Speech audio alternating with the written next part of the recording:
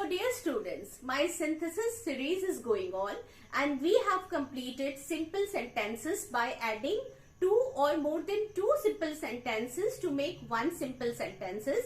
We have also completed complex sentences by adding two or more than two simple sentences to make one complex sentence.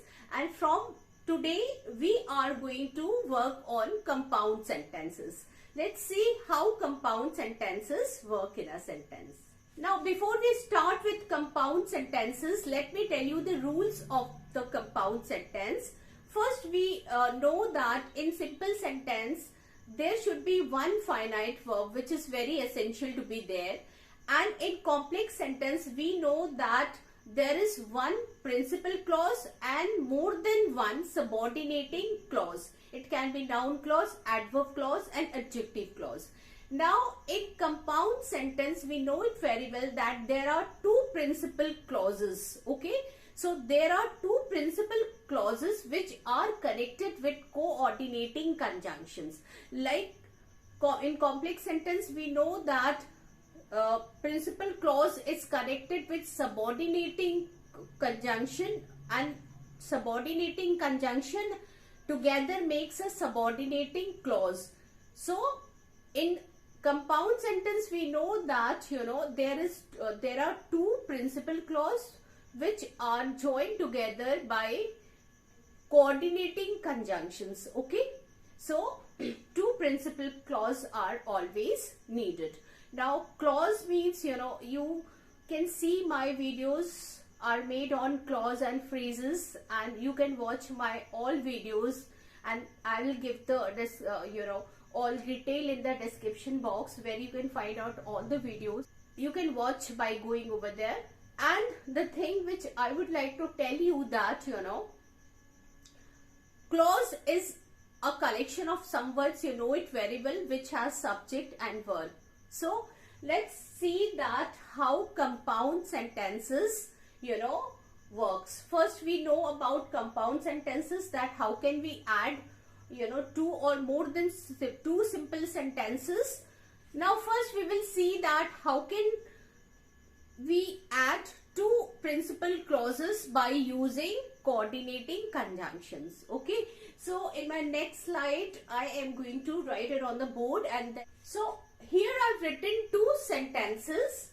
You can call it simple sentence because it has one finite verb, or you can call it principal clause because in clause we have subject and verb. So in the sentence we find all those things which is needed to be called a clause. So God made the country. We see this is subject, and then we have verb. God made the country. So this sentence gives us full meaning. Actually, we don't have to depend on any other clauses or in any other sentences for this meaning. This sentence is giving us full meaning. God made the country. Second sentence, man made the town. So we have subject verb combination. Okay, now these are two principal clauses with subject and verb, and now what we'll do that we will be in need of a coordinate conjunction which can add these two simple sentences or these two clauses to make one compound sentence. Okay, so what we'll do that we will write it like this: God made the country, and this is the coordinating conjunction which we have added here in between these two sentences. And after adding this conjunction and what we'll do that we will change this second sentence which is starting with capital letter, we will change it into small letter. Okay, man made the town. So it has become now compound sentence: God made the country and man made the town. Since we see that this coordinating conjunction has come before this second sentence, okay, so this would be called principal clause, and second part, now this part would be called principal clause, and man made the town. This part, since we have added this coordinating conjunction with the second sentence, So this whole part will be called coordinating clause. Okay. So let me make you clear again. Let me tell you again that God made the country and man made the town. We have added these two sentences, but we are putting this coordinating conjunction in front of this sentence. So that is why this sentence would be called coordinating clause. This is coordinating clause. This is principal clause. Together we are making it compound sentence. Or you can say both of them are called principal clause. But since we are adding this conjunction in front of this clause, this principal clause, so it has become coordinating clause. Okay. Now next sentence, let's see. Tom put his best effort to clear the exam. Tom put his best efforts to clear the exam. Second sentence, he failed. Okay. So Tom put his best efforts to clear the exam. This is first sentence. He failed. This is second sentence. Now this sentence is, we can see that these two sentences are contradictory in nature, because first sentence is saying that Tom put his best efforts to clear the exam and he did not get the right result. So this sentence is contradictory sentence, you can say. So what we'll do that we will add these two sentences by using the coordinating conjunction but. Now it has become Tom put his best effort to clear the exam but he failed. So what we'll do that when we will add but in front of second clause, it will become we will write it in small letter. Okay. So but he failed, and this part is called coordinating clause. Okay, since coordinating conjunction is added with this part, so that is why it is called coordinating clause, and first part is principal clause. Okay, now I just did it to wrote this two examples just to make you clear about the compound sentences. Now let's see which are the conjunction which works in compound sentences. Okay, now first conjunction which is used for used to make compound sentences are called cumulative conjunctions. So these cumulative conjunctions are used to add two clauses together. Okay. Now these are and, both, and is separate. Then we have both and. These are these two both and are combined, and then as well as, and not only but also, this is also combined. So we have four conjunctions which are called cumulative conjunctions, which are used to add two clauses together. Like two simple clauses of the same nature they add together.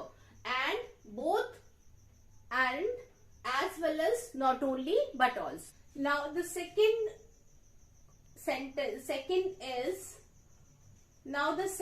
is accusative conjunctions. Accusative conjunction, it shows contrast in two sentences. Okay. Now, but, yet, still, whereas, while, only, nevertheless, however, notwithstanding. These are the conjunctions, coordinating conjunctions, which are used to add accusative, which are used to add, compound sentences. Now third is called alternative sentences, conjunctions, you can say. It shows alternative or option, you can say, in the sentences. So the conjunctions are either or, neither nor, or nor, else, otherwise. Now we have fourth one. These are called elective conjunctions. These conjunctions shows results. Okay. Now for, so, therefore, consequently. These are four conjunctions which are used for these elective conjunction to make compound sentences. Now first we will do cumulative conjunction, and we will see that how these conjunctions works in a compound sentences. Now first I've taken three sentences. Now these three sentences are in continuations. They are happening at the same time. Like Tom came from the gym. This is the first sentence. He took his protein shake.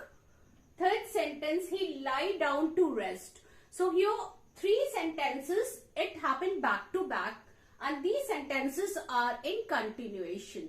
So for such sentences we use and coordinating conjunctions. Now how we are going to add these three sentences or clauses? First, Tom came from the gym, then comma. I have written first sentence, Tom came from the gym. After writing first sentence, we need to put a comma. And then took his protein shake. We don't need to repeat the subject again because we see that subject is the same in three of the sentences. So in second sentence, we are not going to repeat the subject. So instead, what we will do that we will write Tom came from the gym. He took his protein shake. Will not write he, but we will write took his protein shake. Tom came from the gym, comma, took his protein shake, and then we are adding this conjunction and lie down to rest. So here again I am not writing the subject. Now what did we do? That we have written first sentence, then comma, then second sentence, then conjunction and then we have added the third sentence. Now it has become compound sentence. Okay. Now I have taken second sentences and we will use this cumulative conjunction and this is coordinating conjunction to add these two sentences to make compound sentence. First, Tom went to Agra to see the Taj. Tom went to Agra to see the Taj. Second sentence, John also went to see the Taj. Okay. So we see that in this sentence we have subject, verb, then rest of the sentences. Okay. Rest of the words in the sentences. Now if we want to make it simple sentence, what we will do that we will write Tom and John went to Agra to see the Taj. With only one finite verb. One. But actually we need to make compound sentences. So we need to have separate subject verb combined. So what we'll do that we have to write two sentences and both the two sentences would be principal clause. Okay.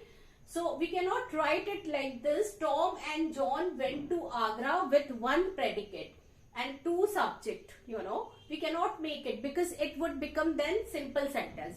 But we need to make a compound sentence. So we need to write subject and verb, separate subject verb combined clauses. So Tom went to Agra to see the Taj. This is the first sentence. Then I have added and conjunction with it. And second sentence, John also went with him. So we have subject verb together. Okay. Now this has become compound sentence. Tom went to Agra to see the Taj and John also went with him. Okay. Now this part is called principal clause and second part, from where this conjunction has been added, this part is called, coordinating clause. Okay. This is principal clause and this is coordinating clause. Totally it makes a compound sentence. Now I have used these two conjunction to add these two sentences, and the conjunction are as well as and both and as well as I have used. Let's see how. Tom as well as John went to Agra to see the Taj. First sentence. Second, both Tom and John went to Agra to see the Taj. So you might be confused that why ma'am has used only one predicate in both these subjects. So we have Tom and John, these two subjects, but only one predicate. Tom as well as John went to Agra to see the Taj still it would be called compound sentence. Why? Because we have added Tom and John together with this conjunction. This is called cumulative conjunction. These are showing two people together, not one person. Okay, it's showing two persons, and Tom as well as John went to Agra to see the Taj. It's giving us the sense of a compound sentence. Okay, same way both Tom and John went to Agra to see the Taj. Though we are not able to see one more predicate, we see that only one predicate is used here, but two sentences. But still, it makes sense of two predicate by using these conjunction as well as and, both and. But if we remove both from here, if we remove both and only if we write Tom and John went to Agra to see the Taj, it would become simple sentence. Since we are adding both along with Tom and John went to Agra to see the Taj, it has become compound sentence. Okay. Now we will use this conjunction, that is not only but also. And for that I have written two sentences. Tom is an intelligent student. He is a sincere student too. Okay. So what we'll do first, that we will add not only but also only with the different things in the sentence. We know that Tom, in both of the sentences only one subject is there. These are common, Tom and he. Tom is an intelligent student. He is a sincere student too. So we see that Tom is, he is. Both of these things are common. So here we can write Tom is. This is common, but intelligent and sincere. So we find that these two, intelligent and sincere, these two adjectives are different, used for Tom. So what we'll do, that we will write it like this. Tom is, it would be common. So we will write it only once. Tom is not only an intelligent. So first we will write not only with one different subject, different thing which has been said in the sentence, and but also with other different thing which has been said in the sentence. So it would be Tom is, which is common. Tom is not only an intelligent. This is intelligent. So we have added not only before it. Tom is not only an intelligent student.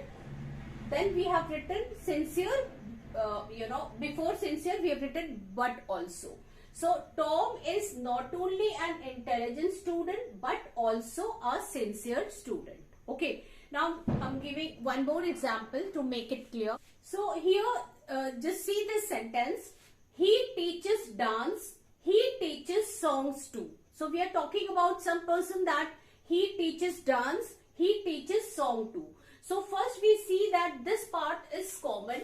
He teaches, he teaches. So we will write it only once. He teaches, okay?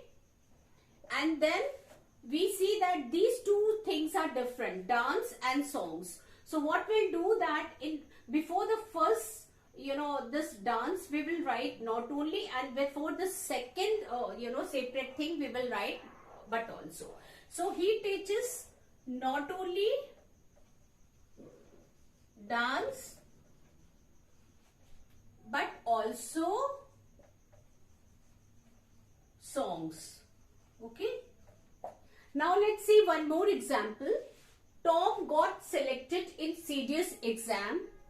John also selected in this exam. Okay. So we see that these two sentences where we find that subject are different. Okay. Tom and John. So what we'll do, that Tom got selected in serious exam. John also got selected. John also got selected in this exam. So we find that subject is different here. So what we'll do, that we will write not only before this subject and but also before this subject, because we see that subjects are different, but predicate part is same. They are selected in serious exam. You also selected in serious exam. So what we'll write, we will use this conjunction not only in front of first subject but also in front of second subject. Now, not only Tom but also John selected in serious exam. I hope everything has become clear to you. Now, very soon I am coming with my second video on this very particular topic, that is compound sentence with adversative conjunctions. Okay.